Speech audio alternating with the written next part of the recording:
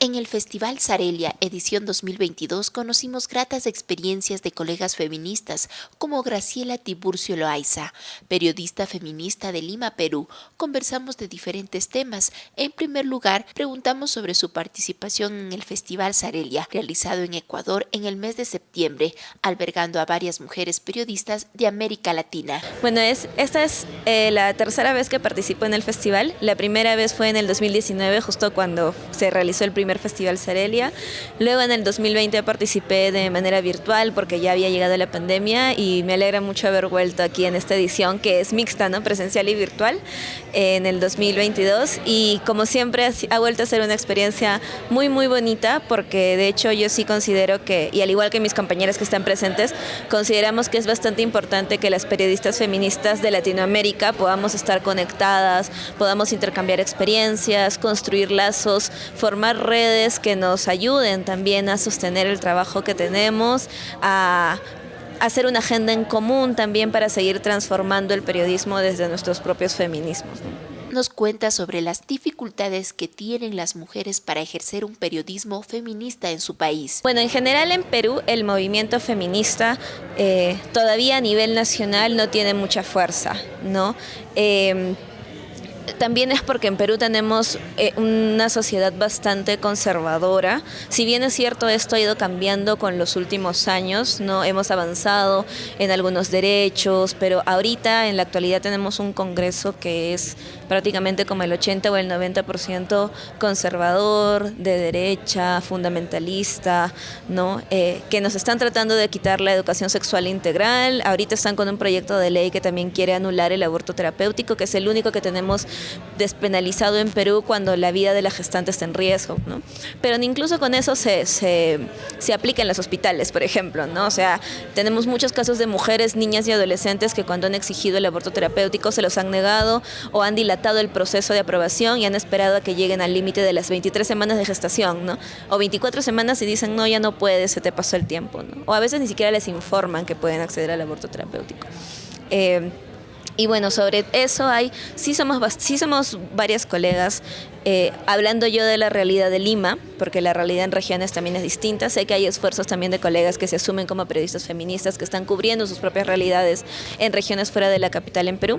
Pero hablando desde Lima, sí, también somos varios colegas que tratamos como que de hacer también el contrapeso a los medios tradicionales que suelen tratar estos casos de violencia, de género, de derechos humanos con bastante sensacionalismo o de manera muy escueta, ¿no? Sin embargo, todavía nos falta como que armar redes y fortalecernos. Estamos un poco dispersas también por incluso el mismo contexto, ¿no? La pandemia nos ha golpeado, las condiciones laborales también nos golpean, la vida incluso como que privada también de la familia que tienes que apoyar, ¿no? Todo el contexto y a veces te hace difícil como que articular, pero es un reto que tenemos todavía ahí presente y que espero que podamos también superarlo para ser un movimiento de periodistas feministas mucho más sólido. En las investigaciones realizadas ha podido hacer un mapeo de la violencia de género de mujeres, niñas, adolescentes que existe en Perú. En Perú también tenemos una grave crisis de violencia hacia las mujeres. De hecho, sí se habla de que en realidad la violencia de género es la otra pandemia con la que siempre hemos vivido, ¿no? Pero que hemos normalizado lamentablemente. Para hablar un poquito de cifras, por ejemplo, a ver si no me falla la memoria, hablando del tema de desaparición de mujeres, al día en promedio se reportan como unas 30 desapariciones de mujeres, pues, ¿no? Y esas son solamente las que se reportan, porque sabemos de que hay muchas familias que cuando quieren ir a denunciar la desaparición de su hija, de su mamá, de alguna familiar, a veces la policía no les acepta como que la denuncia, no les hacen caso y les dicen como que seguro si ha ido a algún otro lugar ya va a aparecer, vuelvan en 48 horas, que es lo mínimo que piden, cuando en realidad eso no debería ser así. Ya tenemos una legislación que dice de que tu familia apenas se da cuenta de que no contestas, así haya pasado una sola hora, puedes ir, tienes el derecho de ir y poner una denuncia por desaparición, ¿no? Y obviamente las más afectadas con estas desapariciones son mujeres jóvenes y niñas también, ¿no? Para hablarles de otro tema, por ejemplo, en lo que es el embarazo en niñas menores de 14 años, que estos son embarazos por violación. Así lo dice la legislación peruana, pero así también nos lo muestran las cifras, porque si vemos el número de niñas que han tenido partos, que son menores de 14 años, cuando inscriben a los recién nacidos en RENIEC, el nombre del padre que escriben es mucho mayor de edad, tiene más de 30 años incluso, entonces las cifras nos están mostrando de que efectivamente en la realidad estos embarazos son por violación, ¿no?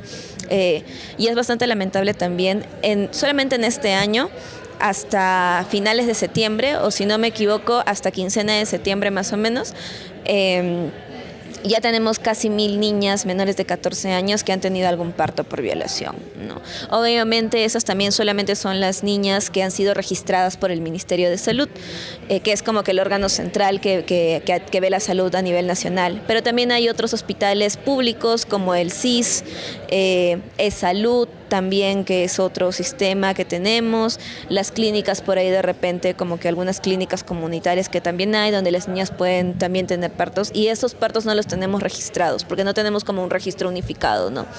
Y sin contar también de repente en zonas rurales e indígenas que no hay servicios de salud, no en las comunidades o están muy lejos, entonces las niñas tienen que parir en sus propias comunidades, en sus propias casas, y obviamente esos partos nadie los está contabilizando, ¿no? Entonces hablamos de una cifra oculta que podría ser mucho más grave y preocupante, ¿no?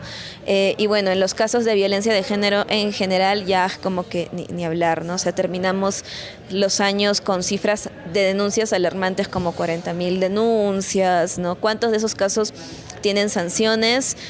La verdad muy pocos, ¿no? Precisamente también es porque el sistema de justicia en Perú es bastante lento para entregarle reparación a las mujeres y a veces ni siquiera los reparan, ¿no? Y muchas denuncias terminan archivándose, o también como el proceso es muy agotador, las mismas mujeres terminan muy cansadas y ya no continúan con los procesos, ¿no? Porque es bastante revictimizante, es como que imagínense, yo pongo mi denuncia hoy y de pronto de cada 6 o 3 o 4 meses recién me citan para declarar. Entonces voy a tener que revivir todo de nuevo. Luego tengo que esperar otros 3, 4, 6 meses hasta que de repente me notifiquen de que ya se inició, ponte el juicio o la audiencia, y probablemente voy a tener que volver a responder preguntas sobre lo que pasó. No debería ser así, tenemos normativas que dicen que no debería ser así, pero esas normativas se quedan en el papel, lamentablemente. Graciela está comprometida con hacer un periodismo feminista responsable y ético para no revictimizar a las mujeres. Nos da algunas pautas para hacer un periodismo feminista desde nuestros territorios.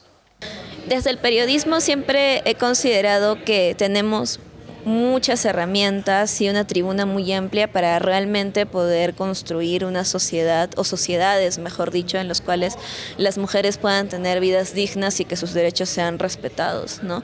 Y eso lo vamos a lograr si realmente nos comprometemos y somos conscientes del poder que como periodista tenemos, ¿no?